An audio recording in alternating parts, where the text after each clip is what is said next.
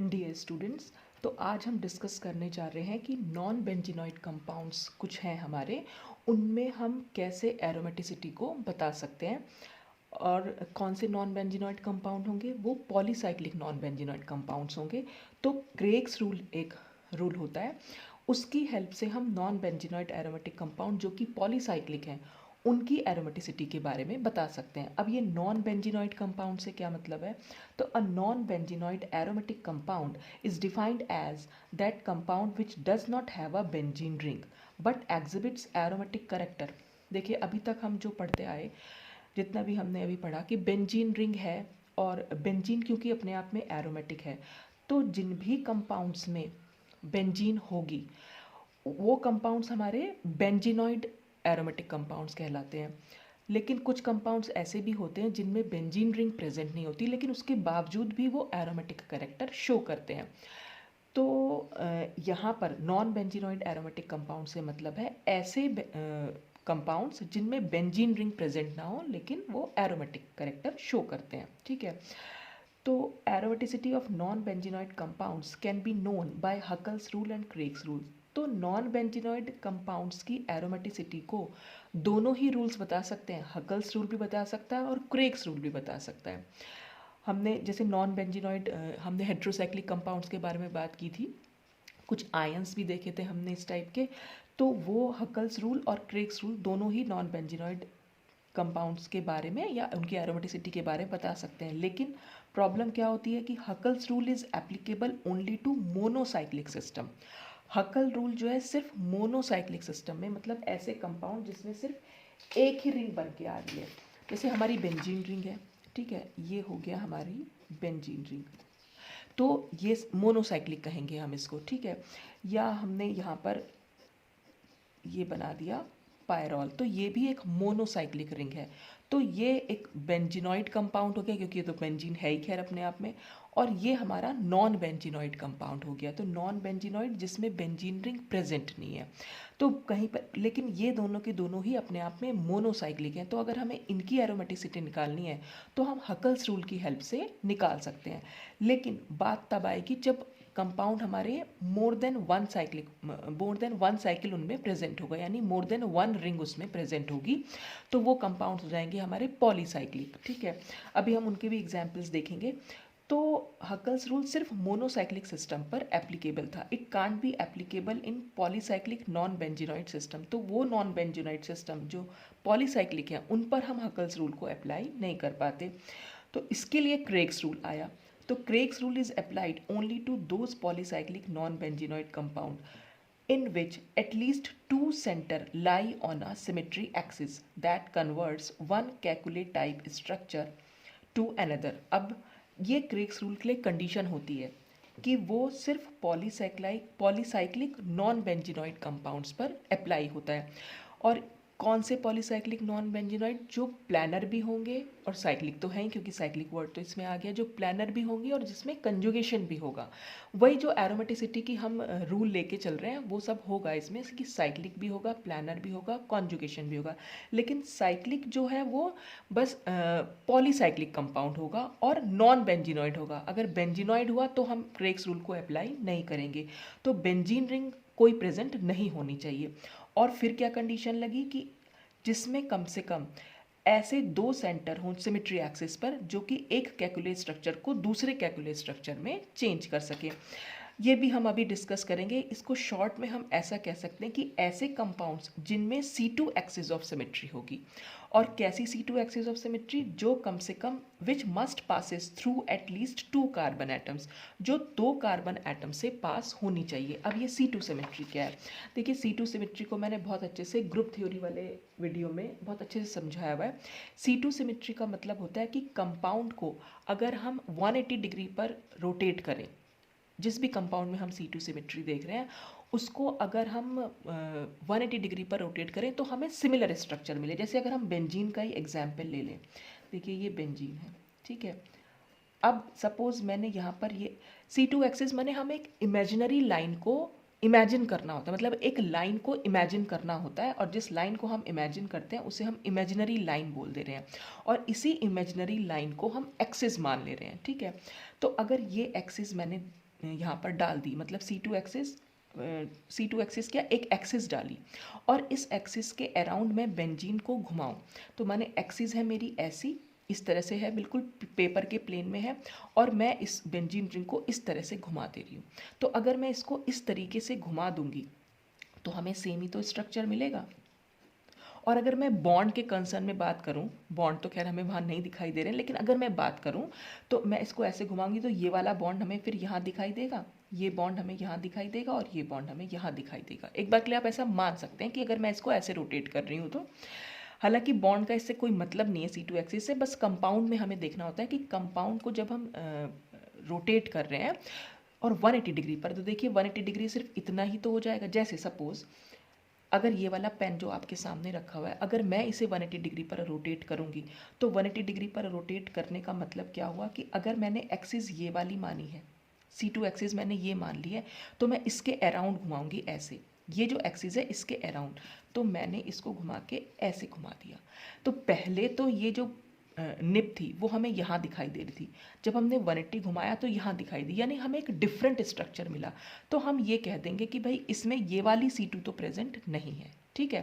तो ठीक ऐसे ये क्या कि इसके अलोंग मैंने कंपाउंड को घुमाया और हमें सिमिलर, तो जब भी कोई इमेजिनरी लाइन आप ऐसी डालेंगे कंपाउंड में कि जिसके अराउंड अगर आप 180 डिग्री पर घुमाएं और हमें सिमिलर स्ट्रक्चर मिले, तो वहाँ पर C2 एक्सिस होती है। और किसी कंपाउंड में एक से ज़्यादा C2 एक्सिस भी हो सकती हैं। तो C2 एक्सिस हम क्यों बोल रहे हैं इसे, क्योंकि हम जो ये एक्चुअली CN एक्सिस है, तो n की जो वैल्यू, यानी ये जो 2 निकला है, n की वैल्यू हम निकालते हैं 360 डिवाइडेड बाय जितने एंगल पर हमने उसे रोटेट किया, तो हमने 180 डिग्री पर रोटेट किया, तो इसलिए यहाँ पर आंसर 2 आया। तो ये 2 नंबर जो आया है वो इस वजह से आया कि हमने उसे 180 डिग्री पर रोटेट किया है। अगर हम 120 डिग्री पर रोटेट करेंगे तो C3 एक्सिस हो जाएगी, ठीक है। तो बस इतना ध्यान रखिएगा कि ये हमें एक लाइन को यहाँ पर इमेजिन करना है, और इसका सबसे अच्छा तरीका पहचानने का क्या है, जो भी लाइन, और देखिए एक चीज़ और, हाँ, कि ऐसी C2 एक्सिस जो एटलीस्ट 2 कार्बन एटम से पास होनी चाहिए। तो देखिए एक कार्बन एटम यहाँ है और एक कार्बन एटम यहाँ है, तो ये C2 एक्सिस हम मानेंगे कि कंपाउंड में है। हालांकि मैं ये बेंजीन का एग्जांपल ले रही हूँ, तो पर हमें नॉन बेंजीनॉइड कंपाउंड ऐसे लेने हैं जहाँ पर ये C2 एक्सिस होनी चाहिए, ठीक है। अब इसमें और भी C2 एक्सिस हैं, अगर हम बेंजीन रिंग की बात करें, जैसे अगर मैं यहाँ से C2 एक्सिस पास कर दूँ, ठीक है, तो भी हमें क्या होगा, अब हम कंपाउंड को कैसे घुमाएंगे, अब हम कंपाउंड को ऐसे घुमाएंगे, ठीक है, ये वाला ऐसे घुमाएंगे। यहाँ पर इस बेंजीन रिंग में 6 C2 प्रेजेंट होती हैं, लेकिन अगर आप इस C2 की बात करें तो ये C2 2 कार्बन एटम के बीच में से जा रही है। तो यहाँ पर हम इसे, जो क्रेग्स रूल है, वो क्रेग्स रूल अब हम यहाँ पर अप्लाई नहीं कर पाए। मतलब इस तरह से अगर जा रहे किसी कंपाउंड में जाए, तो हमें 2 कंपाउंड के बीच की C2 एक्सिस को कंसिडर नहीं करना है, ठीक है। हमें वो C2 कंसिडर करनी है जो तो जो 2 कार्बन एटम के बीच में से जाए, ठीक है। एक चीज़ तो बस आप ये ध्यान रखिएगा, और इसीलिए मैं बता रही हूँ कि कंपाउंड में एक से ज़्यादा C2 है, तो हम इस C2 को कंसिडर नहीं करेंगे, हम इस C2 को कंसिडर करेंगे, ठीक। तो C2 एक्सिस को पहचानने का, हाँ, जो मैं तरीका बता रही थी, वो सबसे अच्छा तरीका है कि ऐसी एक इमेजिनरी लाइन जिसके दोनों side same number of carbon atoms हो, और या हम कह सकते हैं कि हमें सेम स्ट्रक्चर दिखाई दे, यानी ये दोनों स्ट्रक्चर एक दूसरे की मिरर इमेज हो। तो दूसरे की मिरर इमेज भी हमें दिखाई दे रही है कि देखिए अगर हम मिरर यहाँ पर सपोज इस लाइन को आप अगर मिरर मान लें, हालांकि वो फिर प्लेन ऑफ सिमेट्री हो जाती है, पर अगर आप थोड़ी देर के लिए इसको एक मिरर मान लें, तो ये जो पोर्शन है हमें इस मिरर में कुछ ऐसा दिखाई देगा, ठीक है, और जो ये वाला पोर्शन है वो कुछ ऐसा दिखाई देगा। तो C2 एक्सिस को पहचानने का यही तरीका होता भी है कि अगर आपने उसे लाइन बना दी और लाइन से दोनों साइड आपको जो है सिमिलर स्ट्रक्चर मिलने चाहिए, या हम ये भी कह सकते हैं कि अगर कार्बन एटम्स है तो same number of carbon atoms मिले। जैसे देखिए ये वाला कार्बन एटम और ये कार्बन एटम, इसको मैं क्रॉस कर दे रही हूँ, तो यही ऐसा ही कार्बन एटम हमें यहाँ दिखाई दे रहा है, ठीक इसके सामने ही दिखाई दे रहा है, और ठीक इसके सामने ही दिखना चाहिए। तो जितने कार्बन एटम यहाँ दिख रहे हैं उनके ठीक सामने उतने ही कार्बन एटम हमें यहाँ पर भी दिखने चाहिए। तो यहाँ पर एक दिख रहा है तो इसके ठीक सामने भी एक दिख रहा है, यहाँ एक दिख रहा है तो इसके ठीक सामने भी एक दिख रहा है। तो ये मॉलिक्यूल को 2 इक्वल हाफ्स में डिवाइड भी कर दे रहा है। तो C2 एक्सिस पहचानने का ये तरीका आप अपना सकते हैं, ठीक है।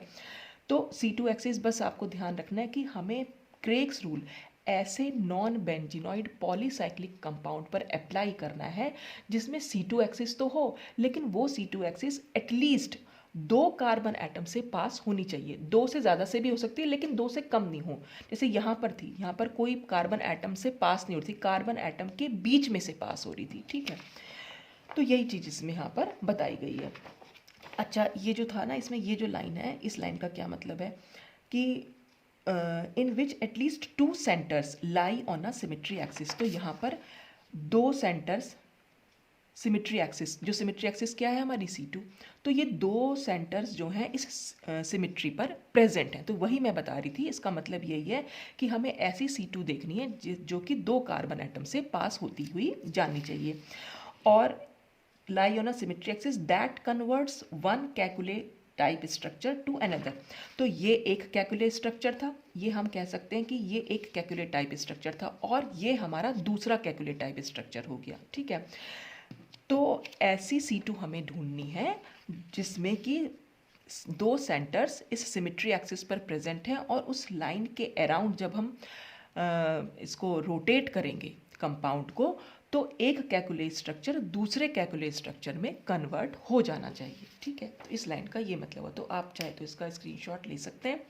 उसके बाद हम देखेंगे कि और क्या क्या चीज़ हम इसमें कर सकते हैं। अब the structure of the compound, अब हमें सबसे पहला काम क्या करना है, structure of the compound is first labelled with spin symbols alpha and beta as far as possible alternately and different symbols being given to the ends of all double bonds. देखिए यहाँ पर क्या करना है, मैं बेंजीन का example लेके आपको समझा दे रही हूँ। हालांकि बेंजीन पर क्रेग्स रूल अप्लाई नहीं कर सकते हैं, लेकिन फिर भी मैं इससे आपको थोड़ा समझने में ईजी रहेगा। तो ये मैंने उसमें ये बॉन्ड बना दिए और ये मैंने इसमें पास कर दी। अब हमारा सबसे पहला काम होता है कि इस कंपाउंड को हमें लेबल करना होता है अल्फ़ा और बीटा से। अल्फ़ा बीटा स्पिन सिंबल्स होते हैं। देखिए, एक बॉन्ड जो है, जो हमारा डबल बॉन्ड है, वो दो इलेक्ट्रॉन से मिलकर बना है। कोई भी बॉन्ड दो इलेक्ट्रॉन से मिलकर बना हुआ होता है, तो वो दोनों इलेक्ट्रॉन की स्पिन जो होती है वो ऑपोजिट स्पिन होती है, तभी तो बॉन्ड फॉर्म होगा। अगर दोनों की पैरेलल स्पिन हो जाएगी तो कोई बॉन्ड फॉर्म नहीं होता। तो एक की स्पिन को हम अल्फा से डिनोट कर सकते हैं और दूसरे की स्पिन को हम बीटा से डिनोट कर सकते हैं। तो यही स्पिन सिंबल हमें यहाँ पर देने हैं। तो जब भी हमारे सामने डबल बॉन्ड आएगा, और हर कार्बन पर देना है, हर पाई सेंटर पर देना होता है। एक्चुअली पाई सेंटर भी अभी वर्ड आएगा यहाँ पर। पाई सेंटर का मतलब होता है ऐसा कार्बन एटम जो डबल बॉन्ड से अटैच है। डबल बॉन्ड में क्योंकि पाई इलेक्ट्रॉन्स होते हैं, डबल बॉन्ड मतलब एक सिग्मा बॉन्ड और एक पाई बॉन्ड, और पाई बॉन्ड में क्योंकि पाई इलेक्ट्रॉन्स हैं, तो हम एक ऐसा कार्बन ढूंढेंगे जहाँ जो डबल बॉन्ड से अटैच्ड है। और क्योंकि हम यहाँ कॉन्जुगेटेड देख रहे हैं कंपाउंड को, तो सारे ही इलेक्ट्रॉन्स जो हैं वो डबल बॉन्ड से अटैच्ड, सारे इलेक्ट्रॉन्स कह रही हूँ मैं, सारे ही कार्बन एटम्स जो हैं वो डबल बॉन्ड से अटैच्ड होंगे। तो पाई सेंटर का मतलब जब भी कभी आएगा, उसका मतलब एक ऐसा कार्बन सेंटर जो डबल बॉन्ड से अटैच्ड है। तो हमें क्या करना है, डबल बॉन्ड के दोनों सिरों पर, या दोनों कार्बन एटम्स को, डबल बॉन्ड से जो कार्बन एटम्स अटैच्ड हैं, उन्हें हम अल्फा और बीटा देंगे। कभी भी ऐसा नहीं करना कि इसको अल्फा और इसको भी अल्फा दे दिया। तो इसको अगर हम अल्फा दे रहे हैं तो इसको हम बीटा देंगे, ठीक है। तो आप स्पिन सिंबल देना शुरू करेंगे। आप सिर्फ इतना समझ लीजिए, हर कार्बन पर आपको अल्फा बीटा ऑल्टरनेट चलेगा। एक बार अल्फा लिखेंगे तो दूसरी बार बीटा लिखेंगे, तो अपने आप से ही डबल बॉन्ड पर जो है एक अल्फा और बीटा आ ही जाएगा। और अगर नहीं आ रहा है तो आपको देखना है कि डबल बॉन्ड से जो कार्बन अटैच्ड है वो अल्फा और बीटा ही होना चाहिए, ठीक है। तो अब मैंने इनको अगर सिंबल देना शुरू किया, अल्फा बीटा, इसको दिया अल्फा, फिर यहाँ दिया बीटा, फिर अल्फा और ये बीटा। तो आप देख लीजिए, डबल बॉन्ड जो है अल्फा बीटा है, ये भी डबल बॉन्ड अल्फा बीटा है, और ये भी डबल बॉन्ड अल्फा बीटा है, ठीक है। अब तो इस तरह से हमें यहाँ पर ये सिंबल्स देने हैं। अब इसके बाद क्या करना है, तो यहाँ पर हमें फिर सम लेना है F प्लस जी का। अब ये F प्लस जी है क्या, F क्या होता है, F है number of symmetrically related pi centres not on the symmetry axis. यहाँ पर हमें क्या करना है, वो पाई सेंटर्स लेने हैं जो सिमेट्रिकली रिलेटेड है। अब उसका क्या मतलब है, देखिए, ये और जो सिमेट्री एक्सिस पर प्रेजेंट ना हो। तो हमें क्या करना है, ये सिमेट्री एक्सिस है, इस सिमेट्री एक्सिस से देखिए इधर हमें अल्फा दिख रहा है, तो यहाँ भी हमें अल्फा, यानी ये दोनों जो हैं, ये जो पेयर है, ये हमारा इस सिमेट्री एक्सिस से रिलेटेड है। माने यही हमें यहाँ पर दिख रहा है, और अगर हम ये देखेंगे तो ये हमें यहाँ दिखेगा। मतलब अगर हम इसको रोटेट कर देंगे तो अल्फ़ा की जगह अल्फ़ा, या ये अल्फ़ा यहाँ चला जाएगा और ये अल्फ़ा यहाँ चला जाएगा, ठीक है। ये बीटा यहाँ जाएगा और ये बीटा यहाँ आ जाएगा।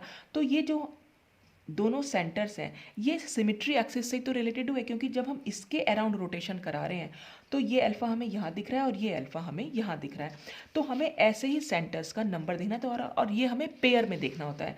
तो हम कुल मिलाकर ये भी कह सकते हैं कि टोटल नंबर ऑफ पेयर्स हम अल्फ़ा बीटा देखेंगे यहाँ पर। तो यहाँ पर आपको ये एक सिमेट्रिकली रिलेटेड पाई सेंटर्स दिख रहे हैं और ये एक सिमेट्री रिलेटेड पाई सेंटर्स दिख रहे हैं। तो हमें ये एक पेयर दिख रहा है और ये हमें दूसरा पेयर दिख रहा है। यहाँ पर अल्फा नहीं आया बीच में, ये दोनों बीटा बीटा की बात कर रही हूँ और ये दोनों अल्फा अल्फा की बात कर रही हूँ। तो यहाँ पर अगर कोई बोले कि एफ़ की वैल्यू कितनी है, तो एफ़ की वैल्यू है 2, क्योंकि हमें ऐसे 2 पेयर्स दिखाई दे रहे हैं। तो हमें हमेशा पेयर्स ही काउंट करने होते हैं। तो ये एक पेयर हो गया और ये दूसरा पेयर हो गया। तो सिमेट्रिकली रिलेटेड है ये दोनों पाई सेंटर, ठीक है। पाई सेंटर क्यों? क्योंकि ये वाला कार्बन भी डबल बॉन्ड से अटैच्ड है और ये वाला कार्बन भी डबल बॉन्ड से अटैच्ड है, तो ये पाई सेंटर हुए। सिमेट्रिकली रिलेटेड क्यों? क्योंकि इसी के अराउंड जब हम इसको रोटेट करा रहे हैं तो ये अल्फा हमें यहाँ दिख रहा है और ये अल्फा हमें यहाँ दिख रहा है। तो इसका ढूंढने का सबसे अच्छा तरीका ये भी है कि आपने क्या करा, जैसे ही आपने सिमेट्री एक्सिस डाली, बस आपके इसके एक साइड के आप टोटल अल्फा बीटा काउंट कर लीजिए। तो यहाँ पर 1 और 2 आ रहे हैं तो आपने यहाँ पर 2 लिख दिया। ऐसे भी आप कर सकते हैं, ठीक है। तो जो तरीका आपको सही लगे आप वैसा अपना सकते हैं। आप सिमेट्री एक्सिस के दोनों साइड देख सकते हैं कि दोनों एक दूसरे को रिप्लेस कर रहे हो। अगर हम इसके रोटेशन करा रहे हैं और देखने में भी लग रहा है कि C2X इधर की साइड अल्फा है तो इधर भी अल्फा ही दिख रहा है, इधर बीटा है तो हमें इधर भी बीटा ही दिख रहा है।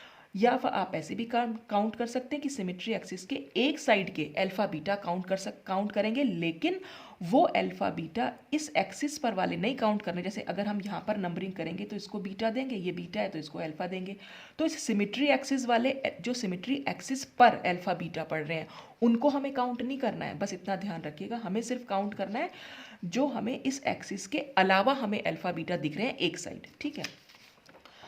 और जी क्या है? जी है number of inter convergence of alpha and beta by rotation about the axis. और जी क्या है? जी ये चीज़ है कि जब हम इसको रोटेट कराएंगे तो अगर हमें अल्फा की जगह अल्फा ही मिले, बीटा की जगह बीटा ही मिले, तो हमारा जी हो जाएगा 0 को, क्योंकि कोई इंटर कन्वर्जन नहीं हो रहा है। मतलब अल्फा बीटा में चेंज नहीं हो रहा है, ना बीटा अल्फा में चेंज हो रहा है। तो अगर अल्फा बीटा में चेंज होता, सपोज मान लीजिए यहाँ अल्फा होता, अगर मैंने कोई नंबरिंग कर दी, मतलब मैं कोई कंपाउंड ऐसा इमेजिन अभी बता दूंगी मैं आपको, अगर सपोज इस तरह नंबरिंग करते करते यहाँ पर बीटा आ जाता, सपोज मान लीजिए, आ नहीं रहा है लेकिन आप मान लीजिए, और अगर मैं इसको इंटर कन्वर्ट करूं तो इंटर कन्वर्जन करने पर क्या हो जाएगा, ये अल्फा हमें यहाँ दिखाई देगा और बीटा हमें यहाँ दिखा, तो इंटर कन्वर्जन हो गया। मतलब मैंने रोटेट कराया तो हमें इंटर कन्वर्जन देखने को मिला कि इधर की साइड जो हमें पहले बीटा दिख रहा था अब की बार हमें अल्फा दिख रहा है, इधर जो हमें अल्फा दिख रहा था अब की बार हमें बीटा दिख रहा है। तो ये इंटर कन्वर्जन हो गया और ये एक इंटर कन्वर्जन हुआ। तो यहाँ पर अगर जी की वैल्यू होती तो वो 1 मानते हम इसको, लेकिन यहाँ तो इंटर कन्वर्जन हुआ ही नहीं है, अल्फा अल्फा ही रहा, बीटा बीटा ही रहा। तो रोटेशन कराने पर अगर अल्फा अल्फा ही रहे, बीटा बीटा ही रहे, तो जी की वैल्यू हो जाएगी 0। और अगर अल्फा बीटा में चेंज हो रहा है तो कितने अल्फा बीटा में चेंज हो रहे हैं उतनी वैल्यू हम लिख देंगे। सपोज अगर यहाँ पर भी कोई अल्फा होता और ये बीटा होता तो अब हमें दिखने पर अल्फा बीटा दिखता, ठीक है। तो ये बीटा की जगह अल्फा और इस अल्फा की जगह बीटा, तो हम यहाँ पर एक पेयर हमें ऐसा दिख रहा है जिसमें इंटर कन्वर्जन हो रहा है और दूसरा पेयर भी हमें ऐसा दिख रहा है, तो हम जी की वैल्यू यहाँ पर 2 लिखते, ठीक है। तो इंटर कन्वर्जन अगर हो रहा है अल्फा का बीटा में तो कितने इंटर कन्वर्जन हो रहे हैं वो यहाँ पर लिखना है। एफ की वैल्यू के लिए आपको क्या करना है, सिमेट्री एक्सिस के एक साइड के बस अल्फा बीटा आपको काउंट कर लेने हैं बस, ठीक। फिर हमें देखना है एफ और जी को प्लस करके, एफ की वैल्यू रखेंगे, जी की वैल्यू रखेंगे। अगर वैल्यू आई इवन तो क्या होगा, कंपाउंड हमारा एरोमेटिक हो सकता है, ठीक है। और अगर सम आया ऑड तो कंपाउंड हमारा नॉन एरोमेटिक हो सकता है। तो जो क्रेग्स रूल है वो सिर्फ एरोमेटिक या नॉन एरोमेटिक के बारे में बात करता है, वो एंटी एरोमेटिक के बारे में कोई बात नहीं करता, ठीक है। तो या तो उसके अकॉर्डिंग कंपाउंड एरोमेटिक होगा या उसके अकॉर्डिंग कंपाउंड नॉन एरोमेटिक होगा। अब हम एग्जाम्पल के थ्रू समझ लेते हैं। जैसे हमने एग्जाम्पल लिया पेंटालीन का, पेंटालीन में हमने ये इस तरह से दिखा दिया, ठीक है। ये पेंटालीन है जिसमें 2 हमारी जो है साइक्लोपेंटाडाइन रिंग जो है अटैच्ड है। अब हम इसमें बात करेंगे C2 एक्सिस की, और कौन सी C2 एक्सिस हमें ढूंढनी है? ऐसी C2 एक्सिस ढूंढनी है जो दो पाई सेंटर से जा रही हो या दो कार्बन एटम से जा रही हो। तो देखिए, ये अगर मैं यहाँ पर एक C2 एक्सिस कंसिडर करूँ तो ये दो एक्सिस से जा रही है, ये तो कंप्लीट हो रहा है, लेकिन क्या ये एक्सिस पर इधर की साइड जो स्ट्रक्चर दिख रहा है वैसा ही स्ट्रक्चर हमें यहाँ पर दिखना चाहिए, ठीक है, और ये दिख भी रहा है। तो अगर मैं इसको कंपाउंड को ऐसे रोटेट करूँगी तो हमें जो है ये वाली रिंग इधर दिखाई देगी और ये रिंग हमें इधर दिखाई देगी, ठीक है। तो अब यहाँ पर जो हो जाएगा, ये हम मान लेंगे कि ये हमारी C2 एक्सिस है, ठीक है, हमने इसको C2 एक्सिस मान लिया। अब हम नंबरिंग वही स्पिन सिंबल्स देंगे, और स्पिन सिंबल्स हमें ऑल्टरनेटली देने हैं।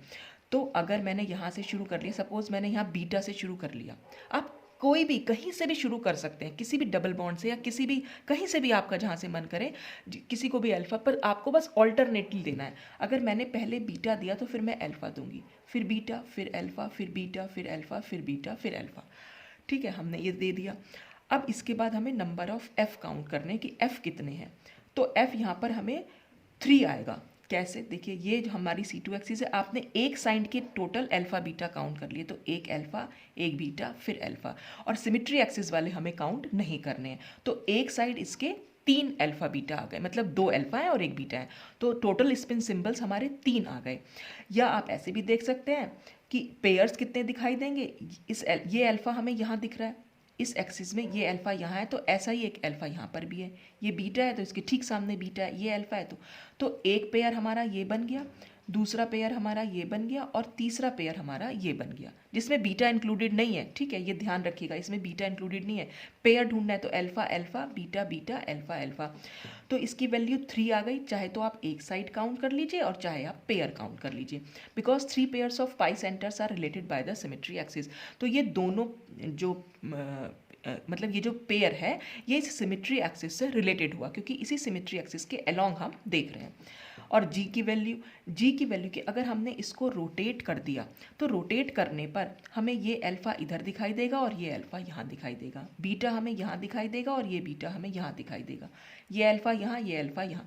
तो कोई भी इंटर कन्वर्जन नहीं हुआ, अल्फ़ा की जगह अल्फ़ा ही दिख रहा है और बीटा की जगह बीटा ही दिख रहा है। तो इसलिए जी की वैल्यू हो जाएगी 0। तो f प्लस जी कितना हो जाएगा? f की वैल्यू रखेंगे 3 और g की वैल्यू रखेंगे 0, तो आंसर आएगा 3। तो एक ऑड नंबर आ गया। तो according to Craig's rule pentalene should be non aromatic. तो क्रेग्स रूल के अकॉर्डिंग पेंटालीन नॉन एरोमेटिक होनी चाहिए, हालांकि ये नॉन एरोमेटिक होती नहीं है, ये एंटी एरोमेटिक होती है, लेकिन क्रेग्स रूल के अकॉर्डिंग ये नॉन एरोमेटिक होनी चाहिए, ठीक है। तो ये जो है हमारा क्रेग्स रूल हम इस तरह से अप्लाई कर सकते हैं वहाँ पर। अच्छा, तो ये आपको कंपाउंड के बारे में बस। अच्छा, मैं आपको बोल रही थी कि आप कोई से भी C2 एक्सिस यहाँ पर ढूंढ सकते हैं। जैसे सपोज मैं दोबारा से इसको बनाऊँ, पेंटालीन को ही, ठीक है, ये यहाँ दिखा दिया, ये इस तरह से दिखा दिया, ठीक है ना, ऐसे तो बनाया, ठीक। अच्छा, अब अगर मैं ये वाली C2 एक्सिस ढूंढ लूँ तो देखिए ये भी भाई पास तो हो रही है दो कार्बन सेंटर से। अब हम ये देखेंगे कि क्या इसके साइड इस से देखेंगे तो देखिए यहाँ पर भी आपको ये ऐसा ही स्ट्रक्चर दिख रहा है और इसका ठीक उल्टा ऐसा दिख रहा है। आप देख लीजिए, ये एक M की तरह दिख रहा है ना, और नीचे एक W की तरह दिख रहा है। M को जब हम शीशे में देखते हैं तो वो हमें W तो दिखाई देता है, तो इसका मतलब हमें सिमिलर स्ट्रक्चर, इस लाइन के इधर की साइड जैसा स्ट्रक्चर है, ठीक उसका मिरर इमेज हमें यहाँ पर दिखाई दे रही है। या ऐसे भी देख सकते हैं कि इसके यहाँ पर ये एक कार्बन, तो इसके ठीक सामने भी एक कार्बन है, ये एक कार्बन तो इसके ठीक सामने भी एक कार्बन है, और ये एक कार्बन इसके भी ठीक सामने एक कार्बन है। आप नंबरिंग कर दीजिए, यहाँ अल्फ़ा दिया, ये बीटा दिया, ये अल्फ़ा, ये बीटा, ये अल्फ़ा, ये बीटा, ये अल्फ़ा, ये बीटा, ठीक है। अब आपने क्या काउंट करना है? सबसे पहले f की वैल्यू, तो ये तो हमारी एक्सिस थी, इस अल्फ़ा अल्फ़ा को तो काउंट नहीं करेंगे, यहाँ एक बीटा है, एक अल्फ़ा है, एक बीटा है, तो कुल मिलाकर हमारे पास ऐसे 3 कार्बन एटम्स हैं। या पेयर की बात करें तो ऐसे हमारे पास 3 पेयर्स हैं। तो F की वैल्यू फिर से 3 निकलेगी। और G, क्योंकि जब हम इसको इस एक्सिस के अराउंड अब हम कैसे घुमाएंगे, इस एक्सिस के अराउंड कंपाउंड को हम ऐसे घुमा देंगे, ये जो है ऐसे इस तरह से घूम जाएगा। ठीक है, ये समझ लीजिए एक तार है और तार के अकॉर्डिंग आपको इस तरह से घुमा देना है। तो क्या होगा, ये बीटा हमें यहाँ दिखाई देगा और ये बीटा यहाँ दिखाई देगा, अल्फा यहाँ दिखाई देगा, तो ये अल्फा यहाँ, इस बीटा की जगह ये बीटा आएगा और इस बीटा की जगह ये बीटा, तो कोई इंटर कन्वर्जन नहीं हुआ अल्फा का बीटा में, तो ये 0 हो जाएगा। फिर भी यही वैल्यू, तो कोई सी भी आप C2 एक्सिस को लगा सकते हैं, बस एक ही C2 एक्सिस लगानी है जो 2 कार्बन एटम से पास होनी चाहिए, और उसके जो भी पास होगी उस लाइन से इधर की साइड जो स्ट्रक्चर आपको दिख रहा है वो इस वाले स्ट्रक्चर का मिरर इमेज होना चाहिए, बस इतना ध्यान रखिएगा। फिर हम नेक्स्ट एग्जाम्पल ले लेते हैं, हेप्टालीन। हेप्टालीन में भी फिर से हमने मान लिया C2 एक्सिस, फिर से नंबरिंग करी, इसको अल्फा दिया, beta alpha beta alpha beta alpha beta alpha beta alpha. ठीक है, फिर हम F काउंट कर लेंगे, इस लाइन के इधर की साइड कितने अल्फा बीटा दिख रहे हैं, 1 2 3 4 5 दिख रहे हैं। या आप पेयर्स भी देख लीजिए, ये बीटा ये एक पेयर हो गया, ये अल्फा ये दूसरा पेयर, ये बीटा तीसरा पेयर, ये अल्फा चौथा पेयर, और ये बीटा पांचवा पेयर। ठीक है, तो चाहे तो आप एक साइड के काउंट कर लीजिए, चाहे पेयर। तो F = 5 हो गया, और G = 0 भी हमें यही मालूम पड़ गया। इसी लाइन के अराउंड देख लीजिए, जब हम रोटेट करेंगे तो बीटा यहाँ और ये बीटा यहाँ, तो बीटा के ठीक सामने अगर बीटा है तो कोई इंटर कन्वर्जन होगा ही नहीं। अल्फा के ठीक सामने अल्फा है, बीटा के ठीक सामने बीटा है, अल्फा के ठीक सामने अल्फा, बीटा के ठीक सामने बीटा, तो G हमारा 0 आ गया। F + G कितना निकलेगा, 5, वो भी एक ऑड नंबर है। तो ये कंपाउंड भी according to Craig's rule non aromatic होना चाहिए। ठीक है, अब हम आते हैं एजुलीन पर। एजुलीन हमारा एक ऐसा कंपाउंड हो गया जिसमें हमारी एक साइक्लोपेंटाडाइन रिंग और एक साइक्लोहेप्टाट्राइन रिंग आपस में फ्यूज्ड हो रखी है। अब हम इसमें ढूंढेंगे कि ऐसी एक्सिस, तो ये एक्सिस है C2 एक्सिस हमारी। इस C2 एक्सिस के अराउंड देखेंगे, अगर आप स्ट्रक्चर देखिए, ये स्ट्रक्चर ऐसे है तो यहाँ पर भी ये स्ट्रक्चर ऐसे, तो ये वाला स्ट्रक्चर अगर आप मिरर में देखेंगे तो ऐसे ही तो दिखाई देगा। और फिर हमने क्या देखना है, ये और ये। ठीक है, यानी इस तरह से दिख रहा है, तो जब मिरर में देखेंगे तो हमें ऐसा दिखाई देगा। तो नीचे आप देख भी सकते हैं, ये ऐसा है, फिर ऐसा है और ये ऐसा है। ठीक है, तो इसका मतलब ये C2 एक्सिस हमारी बिल्कुल करेक्ट है, 2 सेंटर से भी पास हो रही है और ये मॉलिक्यूल को 2 इक्वल हाफ्स में भी डिवाइड कर दे रही है।